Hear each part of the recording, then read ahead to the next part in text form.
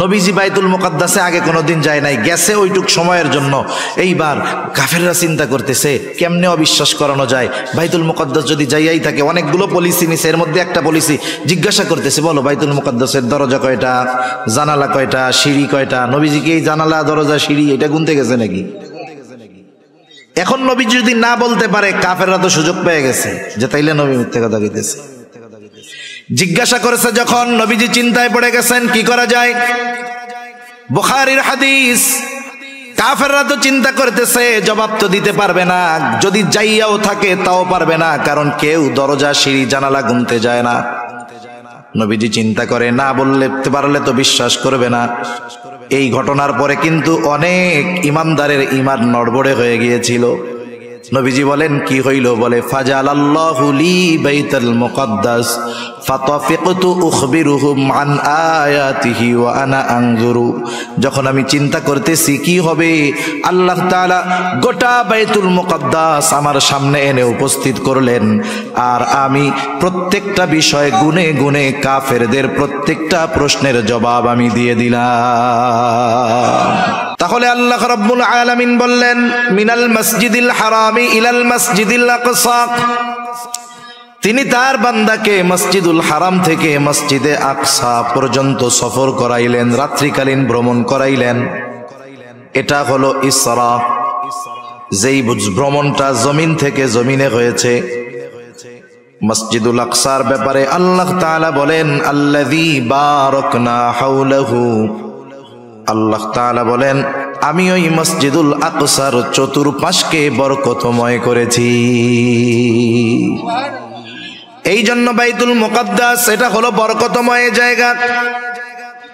কেন আল্লাহ তাআলা এই সফর করাইলেন? বলে লিনুরিয়াহু মিন আয়াতিনা, আমার বান্দাকে আমার নিদর্শন সমূহ দেখানোর জন্য এই সফরটা আমি করাইলাম।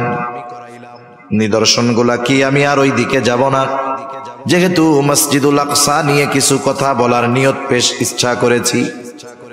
তাহলে মসজিদুল আকসা তথা বাইতুল মুকাদ্দাস এক নম্বরে বরকতময় ভূমি, বরকতময় স্থান, বরকতময় স্থাপনা। বলেন তো এই ঘোষণাটা কার?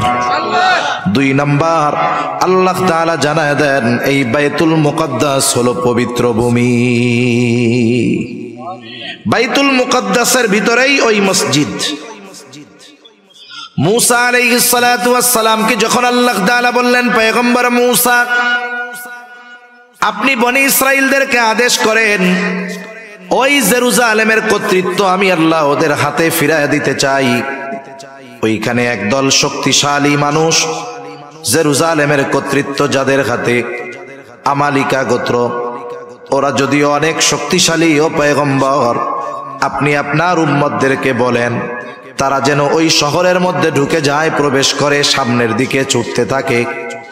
ওই শত্রুরা যতই শক্তিশালী হোক না কেন, যেহেতু আমি আল্লাহ ওই ভূমির কর্তৃত্ব মালিকানা তাদেরকে দিয়ে দিয়েছি, আপনার উম্মত শুধু বাইতুল মুকাদ্দাসের মধ্যে ঢুকবে আর সামনের দিকে অগ্রসর হবে। শত্রু যত শক্তিশালী হোক না কেন, তাদের বিরুদ্ধে আমি আল্লাহ তাদেরকে বিজয় দান করব। এই জন্য মুসা আলাইহিস সালাম ঘোষণা করলেন, ওনার কওমকে, সম্প্রদায়কে বলতেছে, ইয়া কওমি দখুলুল আরদাল মুকাদ্দাসাতাল্লাতী কাতাবাল্লাহু লাকুম ওয়ালা তারতাদ্দু আলা আদবারিকুম ফাতানকালিবু খাসিরিন। মুসা আলাইহিস সালাম বলেন, ও আমার সম্প্রদায়, তোমরা ওই পবিত্র ভূমির মধ্যে ঢুকে পড়ো, যেই ভূমির মালিকানা, যেই পবিত্র জমিনের মালিকানা আল্লাতী কাতাবাল্লাহু লাকুম, আল্লাহ তাআলা তোমাদের জন্য লিখে দিয়েছে। তোমরা শুধু ওই জমিনের মধ্যে, ওই শহরের মধ্যে ঢুকবা, সামনের দিকে অগ্রসর হবা, খবরদার পেছনের দিকে আসবা না। জয় তোমাদেরই হবে, তবে যদি পিছু হটো, ওয়ালা তারতাদ্দু আলা আদবারিকুম ফাতানকালিবু খাসিরিন, যদি পেছনের দিকে ফিরো, পিছু হটো, তাহলে ক্ষতিগ্রস্তদের অন্তর্ভুক্ত হয়ে যাইবা। আর যদি সামনের দিকে ছুটতে থাকো, ওই পবিত্র জমিনের মালিকানা তোমাদেরকে দিয়ে দিবে। আল্লাহ তাআলা কোরআনুল কারীমে জানায়া দিলেন, এই জমিনটা হলো পবিত্র জমিন, পবিত্র ভূমি। 3 নাম্বার, এই মসজিদের অন্যতম তথা বাইতুল মুকদ্দাসের অন্যতম বৈশিষ্ট্য হলো এটা মুসলমানদের প্রথম কিবলা। আব্দুল্লাহ ইবনে আব্বাস রাদিয়াল্লাহু তাআলা আনহু থেকে বর্ণিত, তিনি বলেন, কানা রাসূলুল্লাহ সাল্লাল্লাহু আলাইহি ওয়াসাল্লাম ইউসাল্লি ফি মক্কাহ নাহওয়া বাইতুল মুকদ্দাস ওয়াল কাবাতু বাইনা ইয়াদাইহি। নবীজি মক্কায় যখন নামাজ পড়তেন, বাইতুল মুকদ্দাসের দিকে ফিরে নামাজ পড়তেন, কাবা ওনার আর বাইতুল মুকদ্দাসের মধ্যে থাকতো। বাইতুল মুকদ্দাস মক্কা থেকে প্রায় ১৫০০ কিলোমিটার উত্তরে। নবীজি যখন উত্তর দিকে ফিরতেন, সামনে কাবা থাকতো, এরপরে বাইতুল মুকদ্দাস থাকতো। তার মানে নবী দক্ষিণ দিকে দাঁড়িয়ে কাবাকে সামনে নিয়ে উত্তর দিকে মুখ করে দাঁড়াইতেন। বাদামা হাজারা ইলাল মাদিনাতি 16 শাহরা, নবীজি যখন মক্কা থেকে মদিনায় হিজরত করলেন, 16 থেকে 16 মাস নবীজি বাইতুল মুকদ্দাসের দিকে ফিরে নামাজ পড়ছেন। কারণ বাইতুল মুকদ্দাস উত্তর দিকে, মক্কা থেকে মদিনাও উত্তর দিকে। নবীজি মক্কায় থেকে যখন বাইতুল মুকদ্দাসের দিকে ফিরতেন, কাবাকে সামনে রাখতে পারতেন, কিন্তু মদিনা থেকে যখন বাইতুল মুকদ্দাসের দিকে ফিরে নামাজ পড়লেন, ওই সময় কাবা সামনে নয় বরং পেছনে পড়ে গেল। 16 মাস নবীজি নামাজ পড়ছে। কয় মাস? 16 মাস। নবীজি মদিনায় হিজরত করে যাওয়ার পরে, গরম পানিটা আছে না, একটু পানি দিয়েন, গলা ব্যথাচ্ছে। নবীজি মদিনায় হিজরত করে যাওয়ার পরে মদিনায় ইহুদিদের প্রভাব ছিল, প্রভাব শেষ। নবীজিও বুঝতে পারছে ইহুদিদের প্রভাব প্রতিপত্তি শেষ। নবীজির অন্তরে তো এমনিই আশা যে কাবা যদি মুসলমানদের জন্য কিবলা হইতো কতই না ভালো হইতো। নবীজি একদিন নামাজ পড়তেছেন, নামাজের মধ্যে নবীজির ওই আশাটা অন্তরের মধ্যে অতিমাত্রায় জাগ্রত হলো। নামাজ পড়েন আর আকাশের দিকে নবীজি তাকান, মনের মধ্যে কি চায়, কোন আশা নিয়ে নবীজি আকাশের দিকে তাকায় বলেন তো? দুনিয়ার কেউ জানুক আর না জানুক, বুঝুক আর না বুঝুক, যিনি জানেন, যিনি বোঝেন, তিনি কে? আল্লাহ রাব্বুল আলামিন বলেন, ক্বাদ নারা তাকাল্লুবা ওয়াজহিকা ফিস সামা। আপনি যে বারবার আকাশের দিকে তাকান, আল্লাহ তাআলা বলেন আমি তো সেইটা দেখি। কেন তাকান তাও আল্লাহ তাআলা জানেন। এই জন্য আল্লাহ রাব্বুল আলামিন বলেন, ফালানুওয়াল্লিয়ান্নাকা কিবলাতান তারদাহা। আল্লাহ রাব্বুল আলামিন বলেন, ফালানুওয়াল্লিয়ান্নাকা কিবলাতান তারদাহা, আমি আপনার কিবলাকে পরিবর্তন করে দিব আপনি যেই দিকটাতে চান ওই দিকে। নবীজি চান, আশা করেন যে আমার মুসলমানদের কিবলা হবে বাইতুল্লাহ। আল্লাহ তাআলা বলেন, আপনার কিবলা আমি পরিবর্তন করে দিব যে দিকটা আপনি চান। নামাজ হইছে 2 রাকাত। আল্লাহ তাআলা ফরমান পাঠায়া দিলেন, হাবিব দেরি করার প্রয়োজন নাই, আপনি এখনই ফিরে যান, চেহারাটা ঘুরায় ফেলেন। ফাওয়াল্লি ওয়াজহাকা শাতরাল মসজিদিল হারাম, আপনি আপনার চেহারাটা মসজিদুল হারামের দিকে ঘুরায় নেন। বাকি 2 রাকাত নামাজ নবীজি ওই জায়গায় পড়লেন। 2 রাকাত হলো বাইতুল মুকদ্দাসের দিকে, 2 রাকাত হলো বাইতুল্লাহর দিকে, কাবার দিকে। যেই জায়গায় পড়ছেন এই ঘটনাটা নবীজির সাথে ঘটছে, ওই জায়গাটায় এখন একটা মসজিদ, নাম হলো মসজিদু কিবলাতাইন। আস্তে আস্তে খবর ছড়ায় গেছে, এক অঞ্চলে খবর পৌঁছাইছে ফজরের সময়, তারা 1 রাকাতে পড়তেছে, রুকুর মধ্যে আরেকজন খবর দিছে, সাথে সাথে ওই বাকি নামাজ তারা ফিরে আর ওই বাইতুল্লাহর দিকে পড়া শুরু করছে। এইখানে একটা মসজিদ হয়েছে, মসজিদু কিবলাতাইন। হজ উমরার সফরে যখন যাওয়া হয়, যারা গিয়েছেন ঐতিহাসিক স্থাপনাগুলো যখন দেখাইতে নিয়ে যায়, এই জায়গাটাতেও নেওয়া হয়। এখন তো কাবার দিকে ফিরা মেহরাব, কিন্তু বের হওয়ার সময় যখন দরজার উপরের দিকে তাকাইলে দেখা যায় জায়নামাজের মতো একটা চিহ্ন দেওয়া আছে, বোঝানোর জন্য যে আগে কেবলাটা এইদিকে ছিল। তাহলে এই বাইতুল মুকাদ্দাস মসজিদুল আকসা এর সাথে আমার আপনার নবীজির কমপক্ষে 16 মাসের ইবাদতের সম্পর্ক রয়েছে। এটার সাথে আমাদের ইবাদতের সম্পর্ক। এটা হলো পৃথিবীর দ্বিতীয় মসজিদ।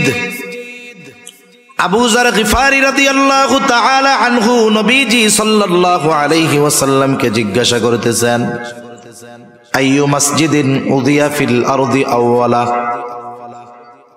পৃথিবীর সর্বপ্রথম মসজিদ কোনটা?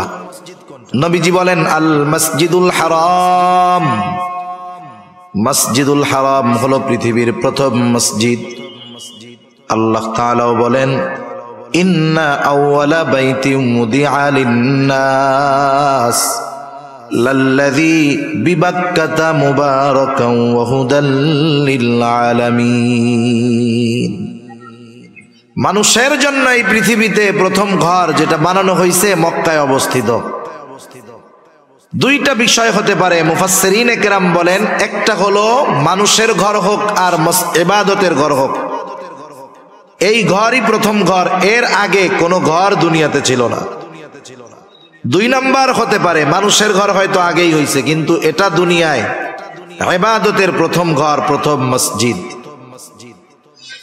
তাহলে পৃথিবীর প্রথম মসজিদ হলো মসজিদুল হারাম। এরপরে তিনি প্রশ্ন করতেছেন, সুম্মা আইয়ুন, এরপরে কোনটা? নবীজি প্রশ্নের জবাবে বললেন, আল মসজিদুল আকসা। মসজিদুল আকসা। কাম কানা বাইনাহুমা, এই দুইটার মাঝে ব্যবধান কত বছরের? নবীজি বললেন, 40 সানা। এই দুইটার মধ্যে ব্যবধান হলো 40 বছরের। 40 বছরের ব্যবধানে এই দুইটা মসজিদ হইছে। এটা পৃথিবীর দ্বিতীয় মসজিদ। এই মসজিদের অন্যতম ফজিলত কি? পৃথিবীর 3টা মসজিদ ছাড়া পৃথিবীর অন্য কোন মসজিদ বরকত মনে করে সফর করে দেখতে যাওয়ার সুযোগ নাই। সেটা 60 গম্বুজ হোক আর 206 গম্বুজ হোক। আপনাদের বরিশালে একটা মসজিদ আছে, ওইটা হোক, যেটা হয় হোক, ফজিলত মনে করে এই 3 মসজিদ ছাড়া পৃথিবীর অন্য কোন মসজিদে যাওয়ার বৈধতা নাই। অনেক মানুষ এমন হয় 60 গম্বুজ মসজিদে গেছে ফজিলত মনে কইরা, জোহরের নামাজের সময় গিয়ে উপস্থিত হইছে, কিন্তু নামাজ কালাম কিছু পড়ে নাই, বাইরে দিয়া ঘুরছে আর বিড়ি টানছে। নামাজ কালাম শেষ, লোকজন বের হয়ে গেছে। এইবার অজু কইরা যায় 2 রাকাত নামাজ পড়ছে। একজন জিজ্ঞাসা করে, কিসের নামাজ পড়লি? এদিকে এসে পড়লে ফজিলত আছে, এই জন্য পড়ছি। এই ফজিলত মনে করে নামাজ পড়লে সওয়াব হবে না উল্টা গুনাহ হবে? কোন? পৃথিবীর কোন মসজিদ সফর করবে বরকত মনে করে এই 3 মসজিদ ছাড়া কোন মসজিদে করার সুযোগ নাই। বরং এই 3 মসজিদে সুযোগ হইলে যাওয়া জরুরি। মসজিদুল হারামে যাওয়া লাগেই, হজ ফরজ হইলে যাইতে হবে, ওইটা ফরজ। সেই জন্য মসজিদুল হারামে যাইতে হয়, মসজিদুল নববীতে যেতে হয়, মসজিদুল আকসায় গেলে ফজিলত আছে। কিন্তু আফসোসের ব্যাপার, এখন আর পুরনো নিয়ন্ত্রণ ইহুদিদের হাতে থাকার কারণে মুসলমান চাইলেই যাইতে পারে না। এই 3 মসজিদ হলো এই বরকতময় যে এই 2-3 মসজিদ দেখার উদ্দেশ্যে সফর শুরু করলেই সওয়াব হয়। শুধু তাই না, এই 3 মসজিদে গিয়ে যদি নামাজ পড়া যায়, নবীজি বলেন বাইতুল্লাহে নামাজ পড়লে তার 1 রাকাতের সওয়াব 1 লক্ষ গুণ বাড়ায়া দেওয়া হয়। মসজিদুন নববীতে পড়লে 1000 গুণ বাড়ায়া দেওয়া হয়। মসজিদুল আকসায় 1 রাকাত নামাজ পড়লে ওর সওয়াব 250 গুণ পর্যন্ত আল্লাহ তাআলা বাড়ায়া দেয়। 60 গম্বুজ মসজিদে যায় পড়লে এই সওয়াব পাওয়া যাবে? 1 গুণ 2 গুণ হবে? কেউ যদি মনে করে তাহলে তার আরো গুনাহ হবে। শাহজালালের মাজারে যায় পড়লে হবে মনে হয়? পৃথিবীর আর কোন মসজিদ নাই। নবীজি আর এক হাদিসের মধ্যে বলেন, দাজ্জাল পৃথিবীর 4টা মসজিদে ঢুকতে পারবে না। দাজ্জালের আগমন হবে, গোটা দুনিয়া চড়ায় বেড়াবে, কিন্তু 4টা জায়গায় সে ঢুকতে পারবে না। 1 নাম্বার মসজিদুল হারাম, হারামের এরিয়া যত দূর ফিরিস্তারা দাঁড়ায় পাহারা দিবে, ওই এরিয়ার ভিতরে তারা ঢুকতে পারবে না। মসজিদুন নববী ওরও এরিয়া আছে, ওই এরিয়ার ভিতরে দাজ্জাল ঢুকতে পারবে না। মসজিদুল আকসা, এই বাইতুল মুকাদ্দাসের ওই এরিয়ার ভিতরে দাজ্জাল ঢুকতে পারবে না। আর একটা মসজিদ আছে মসজিদুত তুর, ওই মসজিদুত তুরের মধ্যেও দাজ্জাল ঢুকতে পারবে না। এই মসজিদের অন্যতম আর একটা বৈশিষ্ট্য হলো পৃথিবীর একমাত্র মসজিদ যেই জায়গায় আল্লাহ রাব্বুল আলামিন পৃথিবীর শুরু থেকে নিয়ে একেবারে আমার আপনার নবী পর্যন্ত সব নবীকে আল্লাহ তাআলা একত্রিত করেছেন। দুনিয়ার আর কোনো মসজিদ নাই। এই ফজিলতটা যেই মসজিদের মধ্যে সংগঠিত হয়েছে, দুনিয়ার আর কোনো মসজিদ নাই।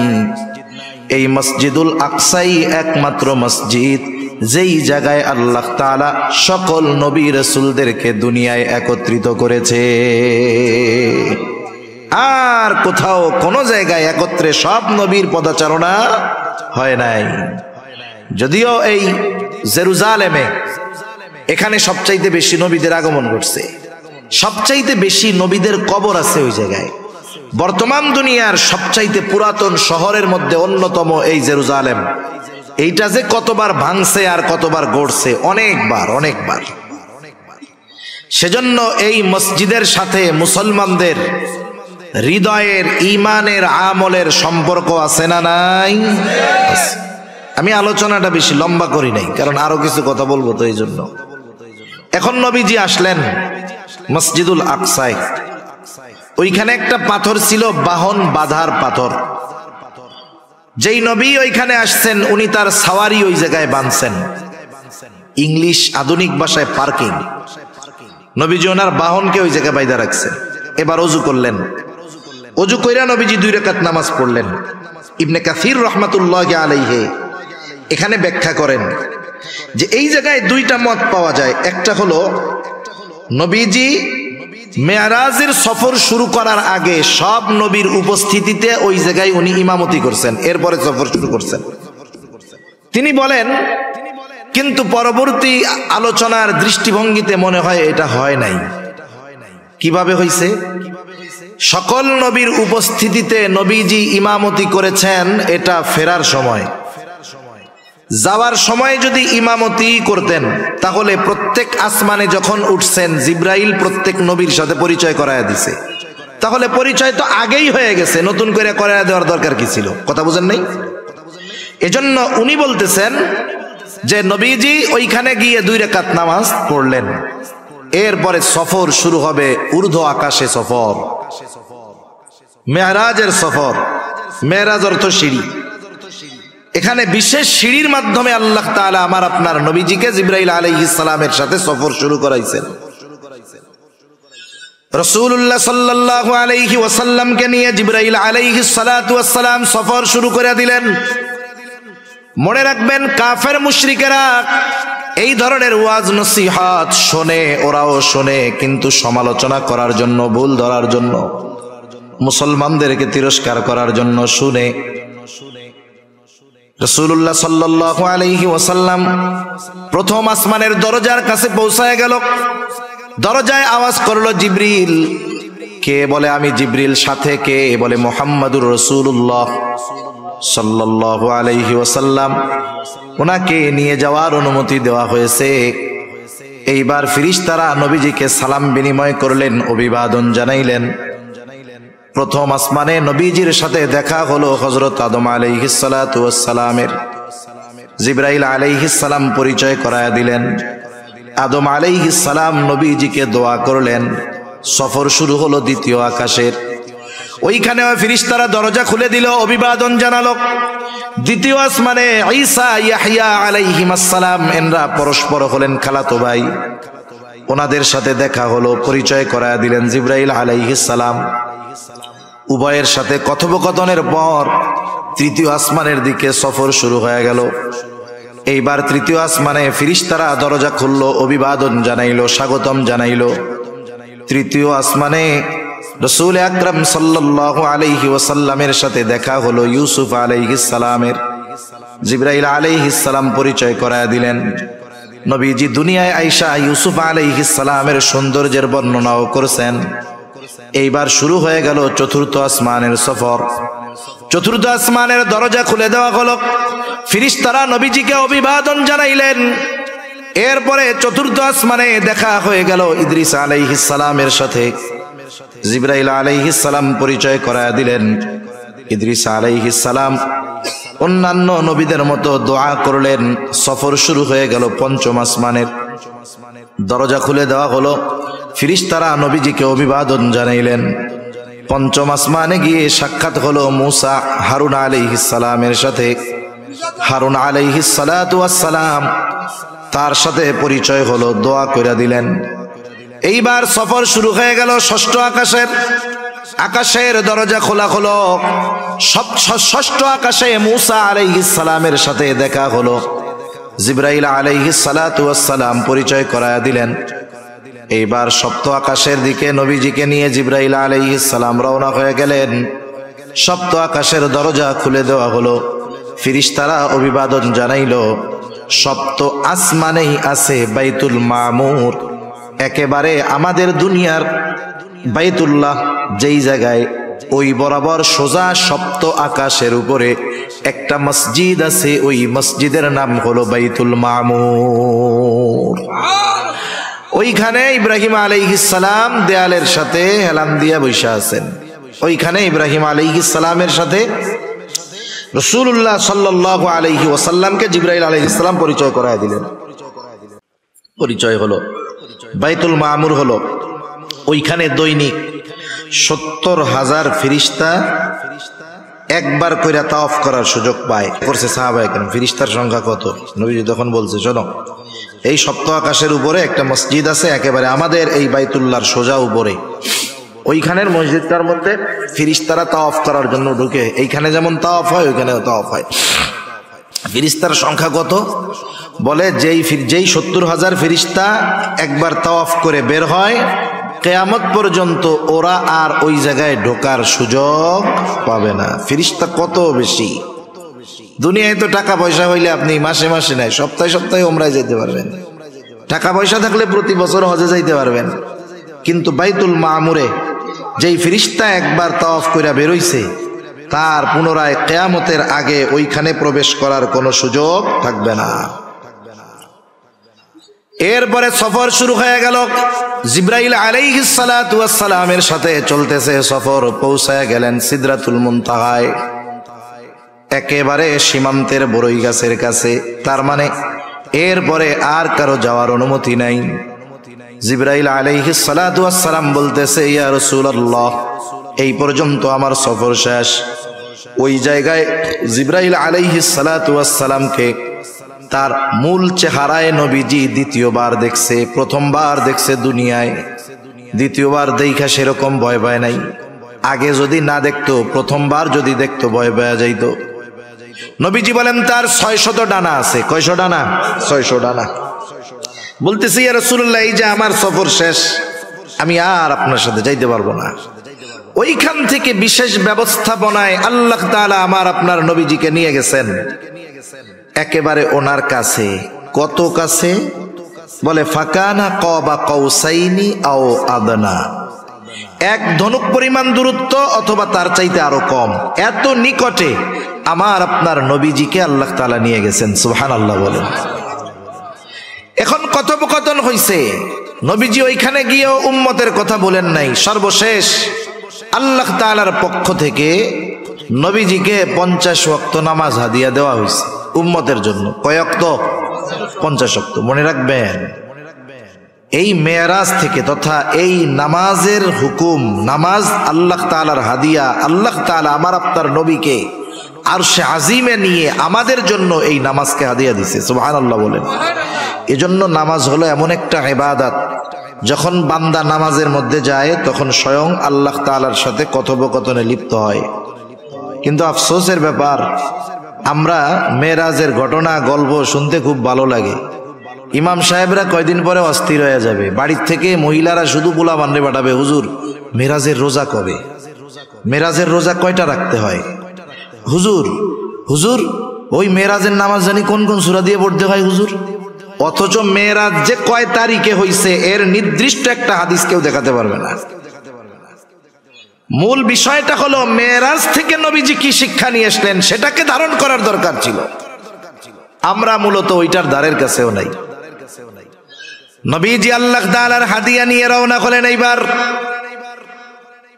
মুসা আলাইহিস সালাতু ওয়াস সালামের সাথে যাওয়ার সময় সাক্ষাৎ। মুসা আলাইহিস সালাম বলেন, আল্লাহর কাছে গেলেন, কি দিছে আপনার উম্মতের জন্য? বলে 50 ওয়াক্ত নামাজ। বলে আপনি আল্লাহর কাছে গিয়ে দরখাস্ত করেন, আপনার উম্মত এটা পালন করতে পারবে না, আপনি যান। নবীজি গিয়া বললেন, আল্লাহ আমার উম্মতের জন্য কষ্টসাধ্য হয়ে যাবে। বলে দিল 10 কমায়া আল্লাহ। আল্লাহ তাআলা 10 রাকাত কমায়া দিলেন, থাকলো 40। আবার আসছে, কি হইছে? কয় 40 ওয়াক্ত। বলে আবার যান। আল্লাহ তাআলার কাছে নবীজি আবার ফরিয়াদ করলেন, কমায়া দেওয়া হলো আরো 10, 30। এইবার কয় কত? কয় 30। বলে আবার যান, পারবে না। নবীজি আবার গেলেন, এইবার কইমা হইল 20। বলে আবার যান, এইবার হইল 10। বলে শুনেন, পারবে না, আপনি আবার যান। এইবার আল্লাহ তাআলা আরো 5 কমায়া দিলেন, বাকি আছে 5। এই 5 নিয়ে ফিরে আসার সময় আবার মুসা আলাইহিস সালামের সাথে দেখা। বলে কি খবর? বলে 5 ওয়াক্ত নামাজ। বলে আপনার আগে আমি আমার উম্মতদেরকে পরিচালনা করেছি, আপনার উম্মত এইটাও পারবে না। নবীজি বলেন, আমার যাইতে লজ্জা লাগে। কতজন মনে মনে কবে যে কেন যে নবীজি আবার গেল না, তাহলে খালি জুম্মার নামাজটা থাকলে আর কিছু লাগতো না, কি কোন? ওই পাবলিকও আছে, আফসোস করেন না যে কেন নবী গেল না। গেলে হয়তো এবার আল্লাহ তাআলা কইতো যে 1 রাকাত 1 ওয়াক্ত সারাদিনে, আর নাইলে খালি জুম্মা যান। কি মজাটা হইতো। এই ওই জুম্মাটা যদি হইতো দেখতেন, ওইটাও যে পরিমাণ লোক হয় ওইটা তখন আর হইতো না। এটা সত্য কথা। আল্লাহু আকবার। আল্লাহ তাআলা জানায়া দিলেন, পয়গম্বর ওয়াক্ত 5টা ঠিক আছে, কিন্তু আমি আল্লাহ তো দিয়েছিলাম 50। এই জন্য আপনার উম্মত 5 ওয়াক্ত নামাজ পড়বে। যে পড়বে তার এই নামাজের সওয়াব কমপক্ষে 10 গুণ বাড়ায়া 50 ওয়াক্তের সওয়াব দেওয়া হবে। ইবনে কাসির রাহমাতুল্লাহি আলাইহি বলেন, নবীজি যখন ফিরতেছেন, বলেন তো মেহমান আসছে আপনার বাড়িতে, মেহমান আসলে মেহমান যখন চইলা যায়, সুন্নাত হইল মেহমানরা একটু কি কইরা দেওয়া? আগায়া দেওয়া। ইবনে কাসির রাহমাতুল্লাহি আলাইহি বলেন, যখন সব নবীরা নবীজিকে আগায়া দিতে আসছে, ওই সময় সবাই বাইতুল মুকাদ্দাসে একত্রিত হইছে। আল্লাহ তাআলা ওই সময় সবাইকে একত্রিত করছেন। নবীজি আবার 2 রাকাত নামাজ পড়বেন, সবাই দাঁড়ায় আছে। নামাজ পড়াবে কে? জিবরাইল আলাইহিস সালাম নবীজিকে সামনে ঠেলা দিয়া বলল, আপনি আজকে ইমামতি করবেন। সুবহানাল্লাহ।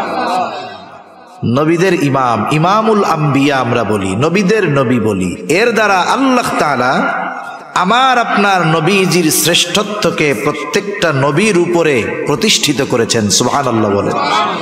আল্লাহ তাআলাও তো বলছেন যে রূহের জগতে সব নবীদের থেকে আমার আপনার নবীজির নবুয়াতির স্বীকৃতি আল্লাহ তাআলা সব নবীদের থেকে নিয়েছেন।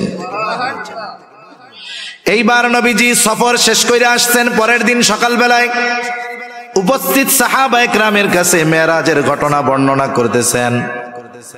মেরাজ হইছে সশরীরে, কোনো সন্দেহ নাই।